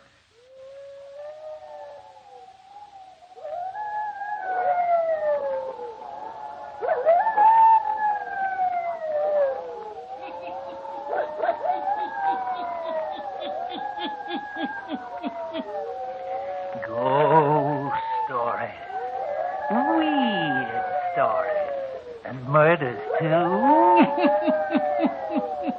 The Hermit knows of them all. Turn out your lights. Turn them out. Have you heard the story? The mystery of the thing? Then listen while the Hermit tells you the story.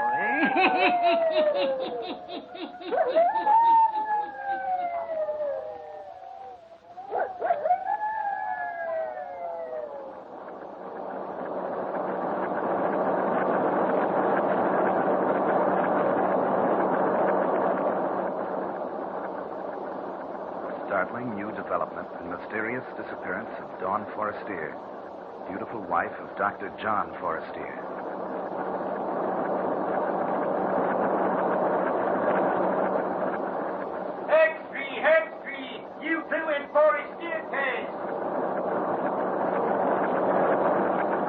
Sure, I saw the coat. It was Dawn Forestier's, that's for sure. Had her name stitched in it. As beautiful a piece of sable as a poor newspaper reporter ever looked upon. Yeah, and her other clothing was there, too. Underneath the coat. Head 3, 6 ball players Forestier case. Police hunt for body. Well, read it aloud, Clara. Is believed that the beautiful Dawn Forestier has been murdered. This morning, several hours after Dr. Forestier reported his wife missing, Sexton Rolfe Griggs of Green Cedar Cemetery found a bundle of clothing inside the cemetery gate, which has been identified as belonging to Mrs. Forestier. Oh, golly. In the burial ground.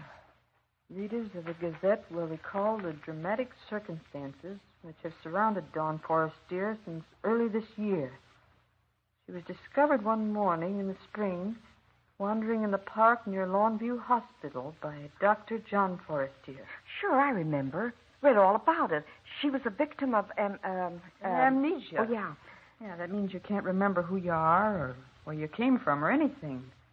It tells all about it here in the Gazette. The doctor took her to the hospital. Yeah. And he named her Dawn. Uh-huh. And fell in love with her and married her. They never discovered who she was. It says here, it was thought at the time the beautiful woman who later became the bride of Dr. Forestier might have attended a masked ball or came from the stage. But no such person was ever reported missing. Sure.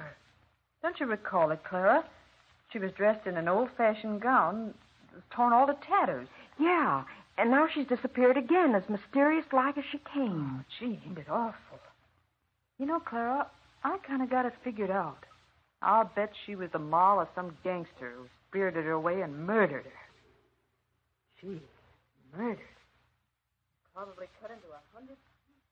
Gentlemen of the press, I have called you here to my home to tell you that you need not continue your search for Mrs. Forestier. What do you mean, Doctor, not to continue the search? Well, what's the dope, Dr. Forestier? Have you located her? I think perhaps we have. Well, where is she, Doctor? Where'd you find her? Please. What are you going to do? Please, gentlemen. If you will kindly allow me to do the talking, or rather, if you will permit Mrs. Forestier to speak. Then she is here in the house? No. My wife will speak to you through a letter she left behind for me. I only discovered it this evening. For you see, she had placed it in a volume of verse from which I often read to her.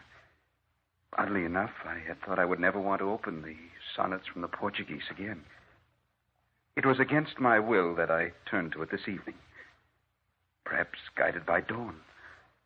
Who knows? Who can say? It was here I found her letter to me. What is in the letter, Dr. Forestier? I'm about to read it to you.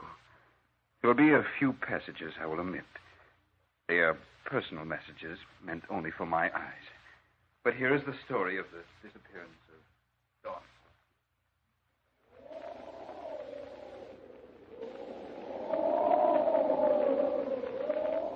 My darling John, this is going to be the most difficult and tragic hour of my life. For in this letter, I must say farewell to you, my devoted husband.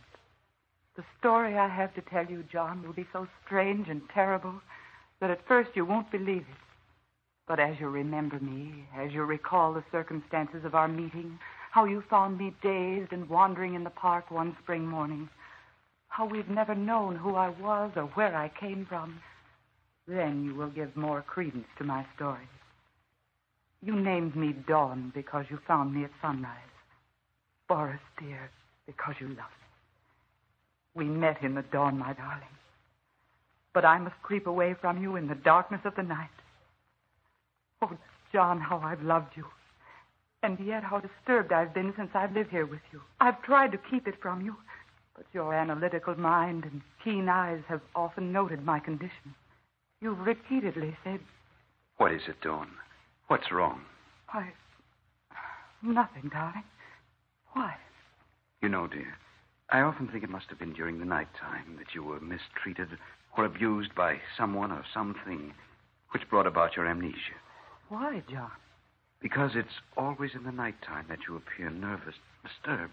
Oh, John, you're imagining things. It was not you, John, who was imagining things. It was I. At least at first I thought it was a product of my imagination. It happened for the first time a few days after we returned from our honeymoon and had come here to live. You had left my room.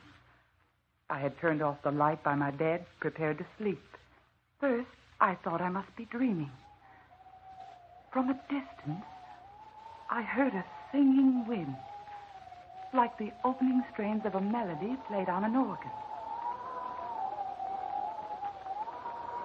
Something quickened within me. I seemed to know the melody. I thought to myself, everything is going to come back to me.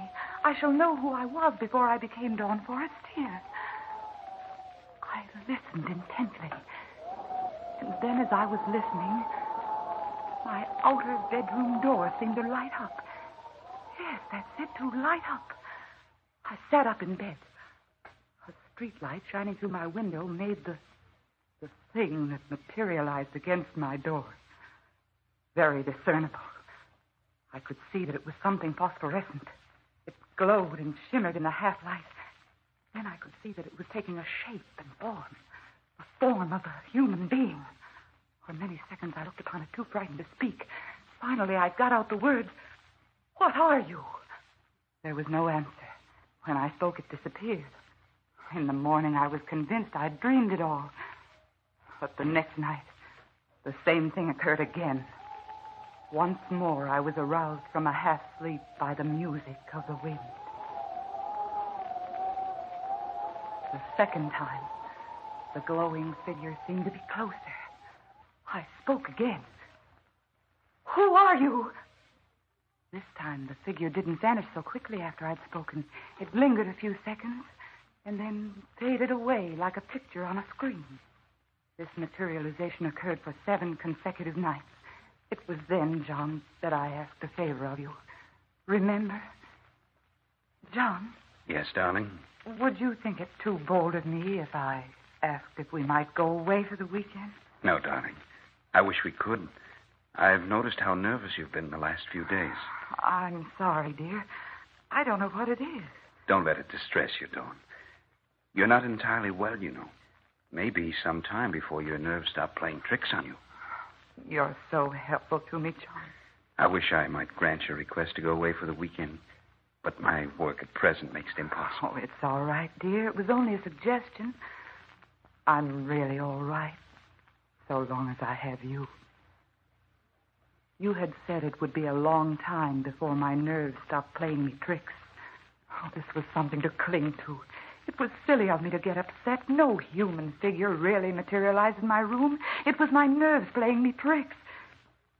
But the visitation didn't stop, John.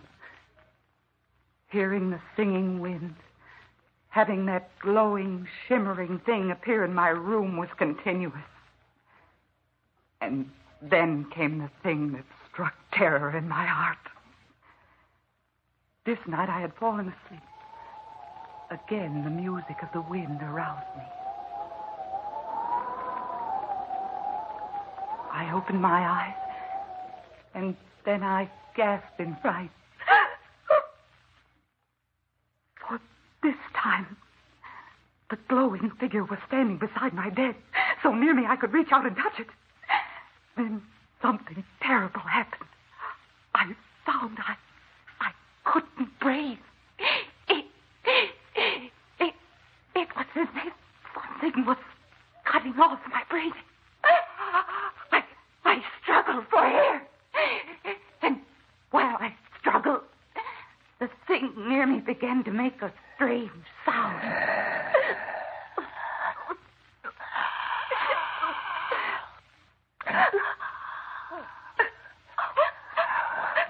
Then I sensed what was happening. The thing was somehow taking the breath from me, getting it into its own body. I must do something quickly. I sat up. I threw my arm out as if to push the thing away. I struggled to push it away. And as I touched it, something cold and gelatin-like. And then it disappeared. That was the night, John, that I screamed.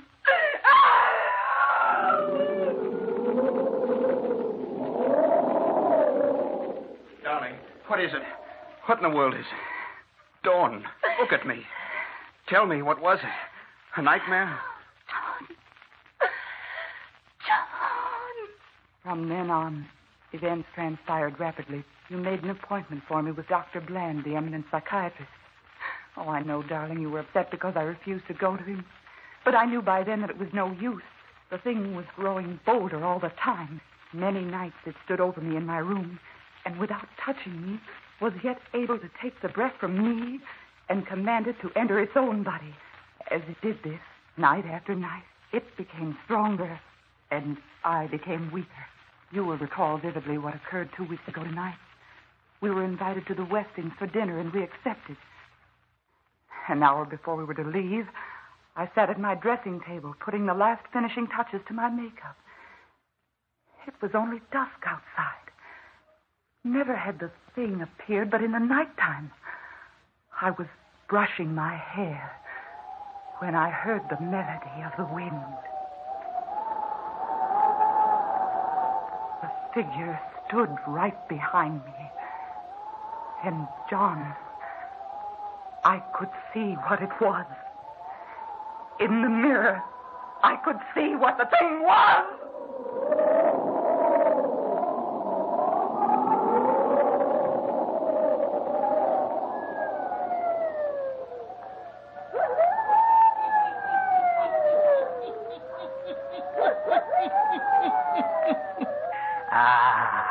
And what can be the thing that haunts and torments the beautiful Dean Forestier?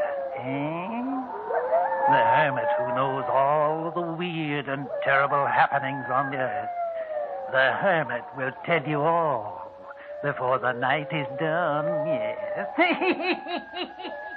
And now, the hermit.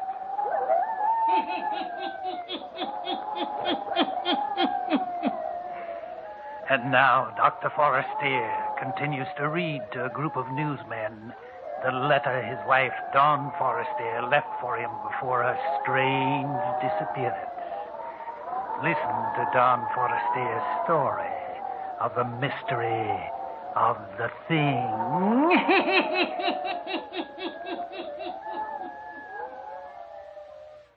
This, John, is going to be the difficult part to make you believe. That as the thing stood behind me at the dressing table, I could tell what it was. We didn't go to the Westings for dinner. Instead, you put me to bed. I shouldn't have allowed you to accept, darling. You haven't been up to par for days. I'm going to call Ralph in to see you tomorrow. You don't look well, darling. Don't call anyone in, dear. It'll do no good. Nonsense, honey. There are very few things that medical science can't cure these days. And believe me, darling, I'm going to have you well again. Your doctor friend came. He gave me medicine to take. Oh, I knew it was no use at all. And yet I would do anything to humor you. For the thing that I now recognized was getting so strong that it was always near me. As I grew weaker, it grew stronger. And I wondered that you couldn't hear it breathing in my room. Now it had a power over me. A strong, compelling power. It was the master. I, almost a slave.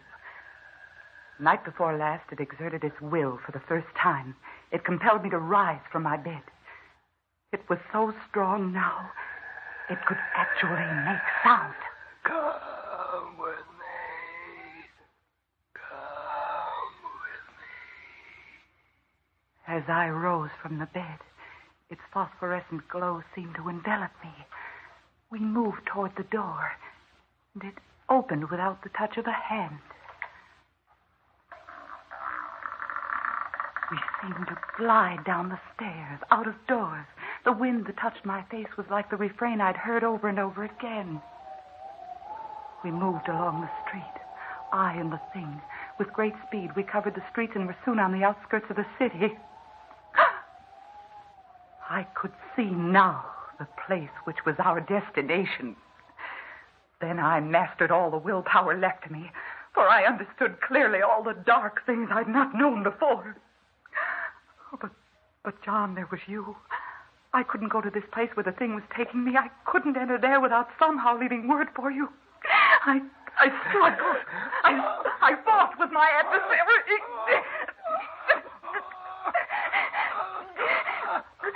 I was gaining. I broke away. Somehow I got breath and strength enough to return home into my bed. Now comes the end of my story and my farewell to you. Here, gentlemen, I will omit a page. It is personal. But what happened to Dawn? Where is she? Since this morning, when the sexton at Green Cedar Burial Ground found my wife's clothing, permission has been granted by the state for me to check up on the material found in this letter. I've almost finished reading to you. I'm refraining from reading the last pages till we have made a visit to the cemetery. If you men of the press will get in your cars and follow me, we may be able to complete and verify the information given to me by Dawn Forestier.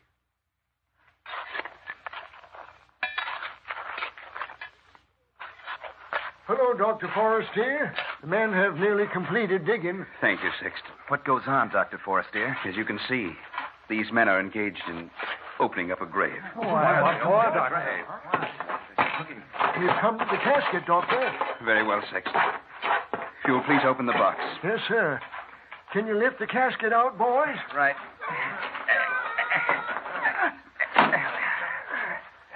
Now, gentlemen, after the box is opened, I will read the remainder of my wife's letter. Open it, please, Sexton.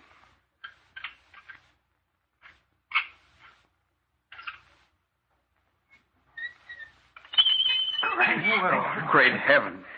Dr. Forestier, great Scott, why have you opened this grave? Sexton, will you reach in and procure the diamond ring that lies in the coffin? Yes. Here it is, sir. This is my wife's ring, gentlemen. How did it get in this coffin? Here are the last pages of my wife's letter to me. Now comes the end of my story and my farewell to you.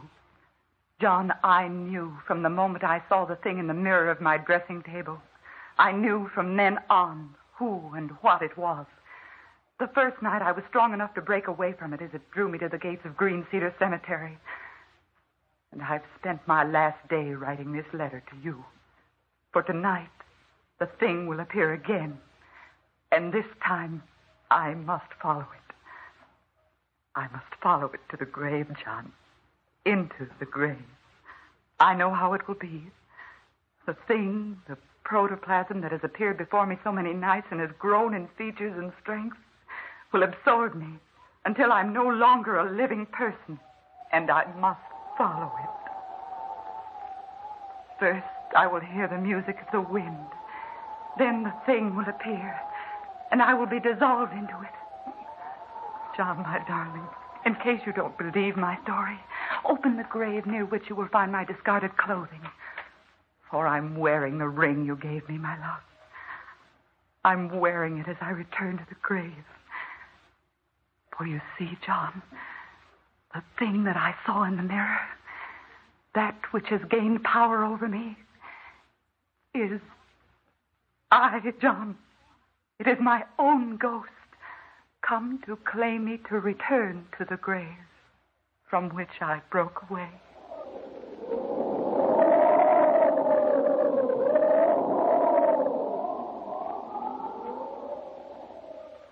Ain't it awful, Clara? Could anyone believe such a terrible thing could happen on this earth? It's almost too horrible to talk about. Yeah. There, when they opened that grave, lay a decayed skeleton. Wearing the same satin gown that Dawn Forestier was wearing when she was found wandering in the park by Dr. Forestier. And there was Dawn's ring inside the casket. Yeah. It says here in the Gazette that the inscription on the tombstone over that grave read, Lila Manton. And Lila Manton was a famous actress 85 years ago. She died one night very suddenly, just as she was to appear on the stage. Her cue to appear on stage was an organ playing. The music was written by the man Lila Manton was going to marry that night after the theater play was over. And the name of the man was David Forestier. He was a relative of Dr. John Forestier. But she died that night. The marriage never took place. What do you think it means, Clara? Does it mean that Lila Manton returned from the spirit world to live out her life that was ended so suddenly? Sure, I think so. But her ghost body made her come back to the grave. Well, that's how I got it figured out.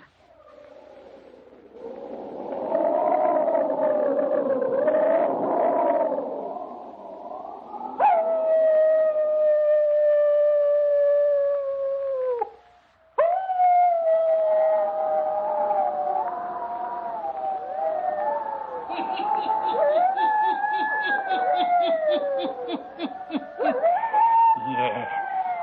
Don Forestier was haunted by her own ghost body until it finally absorbed a new vision and shape and made her return to her grave. Yes. Turn on your lights. Turn them on. I'll be back. Pleasant dreams. All characters, places, and occurrences mentioned in The Hermit's Cave are fictitious, and similarity to persons, places, or occurrences is purely accidental.